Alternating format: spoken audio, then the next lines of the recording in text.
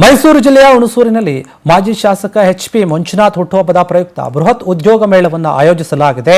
ಹುಣಸೂರಿನ ಅಂಬೇಡ್ಕರ್ ಭವನದಲ್ಲಿ ನಡೆದಂತಹ ಉದ್ಯೋಗ ಮೇಳದಲ್ಲಿ ವಿಷನ್ ಅಸ್ತ್ರ ಸಹಯೋಗದೊಂದಿಗೆ ಟಿವಿಎಸ್ ಕಂಪನಿಯಲ್ಲಿ 1300ಕ್ಕೂ ಹೆಚ್ಚು ಯುವಕ ಯುವತಿಯರು ಉದ್ಯೋಗಕ್ಕೆ ನೋಂದಣಿಯನ್ನು ಮಾಡಿಕೊಂಡಿದ್ದಾರೆ. ಈ ಪೈಕಿ 845 ಅಭ್ಯರ್ಥಿಗಳನ್ನು ನೇರ ನೇಮಕಾತಿಯನ್ನು ಮಾಡಿಕೊಂಡು ಸ್ಥಳದಲ್ಲಿಯೇ ನೇಮಕಾತಿ ಪತ್ರವನ್ನು ವಿತರಣೆ ಮಾಡಲಾಯಿತು.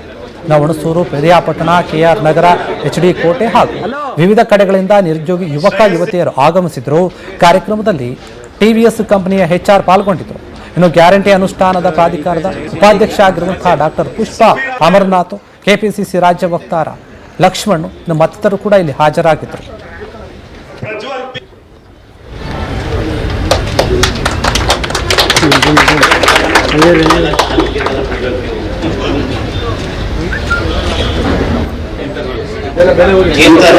ಈಗ ನನಗೆ ಒಂದು ಕಡೆ ಈ ಕಾರ್ಯಕ್ರಮ ಯಶಸ್ವಿ ಆಯಿತು ಅಂತ ಬಾಯಿ ಮಾತಲ್ಲಿ ಹೇಳಿದ್ರೆ ಆಗಲ್ಲ.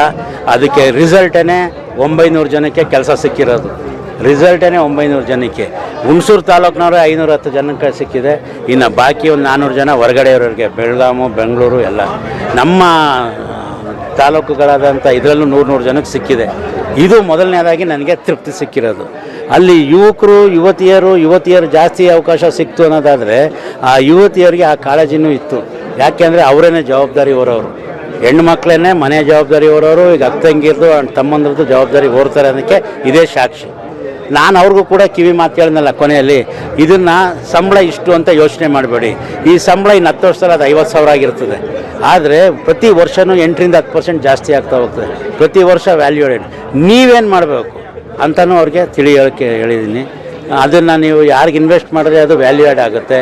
ಅದರಲ್ಲಿ ನೀವು 2 ಸಾವಿರ ಉಳಿತಾಯ ಮಾಡಿದ್ರೆ ಏನಾಗುತ್ತೆ ಅನ್ನೋದು ಬಹುಶಃ ಭವಿಷ್ಯದ ಒಂದು ದೇಶದ ಭವಿಷ್ಯವಾಗಿರ್ತಕ್ಕಂತಹ ಯುವಕ ಯುವತಿಯರಿಗೆ, ನಿರುದ್ಯೋಗಿ ಯುವಕ ಯುವತಿಯರಿಗೆ ಭವಿಷ್ಯವನ್ನು ಕಟ್ಕೊಡ್ಲಿಕ್ಕಾಗಿ ಇಂತಹ ಒಂದು ಉದ್ಯೋಗ ಮೇಳವನ್ನು ತಂದಂತಹ ಮಾಜಿ ಶಾಸಕರಾದಂತಹ ಎಚ್.ಪಿ. ಮಂಜುನಾಥ್ ಅವರಿಗೆ, ಅವರ ದೂರದೃಷ್ಟಿಗೆ ಮತ್ತು ಅವರ ಒಂದು ಪ್ರಯತ್ನಕ್ಕೆ ನಾನು ಅಭಿನಂದನೆಗಳನ್ನು ಸಲ್ಲಿಸ್ತೀನಿ. ಯಾಕಂದರೆ 2 ಕೋಟಿ ಉದ್ಯೋಗ ಕೊಡ್ತೀನಿ ಅಂತೇಳಿ ಕೇಂದ್ರ ಸರ್ಕಾರ ಅಧಿಕಾರಕ್ಕೆ ಬಂದು ಯಾರಿಗೂ ಉದ್ಯೋಗ ಸಿಗಲಿಲ್ಲ. ಆದರೆ ಇವತ್ತು ಸೋತಿದ್ರು ಕೂಡ ಮನೆಯಲ್ಲಿ ಕೂರ್ದೇನೆ ಪ್ರತಿಯೊಂದು ದಿನವೂ ಕೂಡ BSc ಫೈನಲ್ ಇಯರ್, ಇನ್ನೊಂದು ಎಕ್ಸಾಮ್ ಆಗಬೇಕು, ಕಂಪ್ಲೀಟ್ ಆಗಬೇಕಂದ್ರೆ ಜೂನ್ 1 ಮಂಜಣ್ಣ ಅವರು ಬರ್ತಡೇ ಪ್ರಯುಕ್ತ ತುಂಬ ನಿರುದ್ಯೋಗಿಗಳು ಮತ್ತು ನಮ್ಮಂಥ ಫ್ರೆಶರ್ಸ್ ಎಲ್ಲೇ ಹೋದ್ರೂ ಎಕ್ಸ್ಪೀರಿಯನ್ಸ್ ಆಗಿದೆ ಅಂತಲೇ ಕೇಳ್ತಾರೆ. ಬಟ್ ನಮಗೆ ನ್ಯೂ ಎಕ್ಸ್ಪೀರಿಯನ್ಸ್ ಇದು. ಫಸ್ಟ್ ಟೈಮ್ ನಾವು ಇಲ್ಲಿಗೆ ಬಂದಿರೋದು.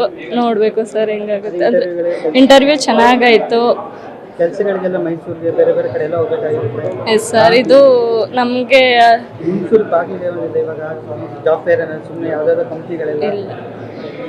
ಚೆನ್ನಾಗುಂಟು. TVS ಕಂಪ್ನಿದು ನೋಡೋಣ ಸರ್.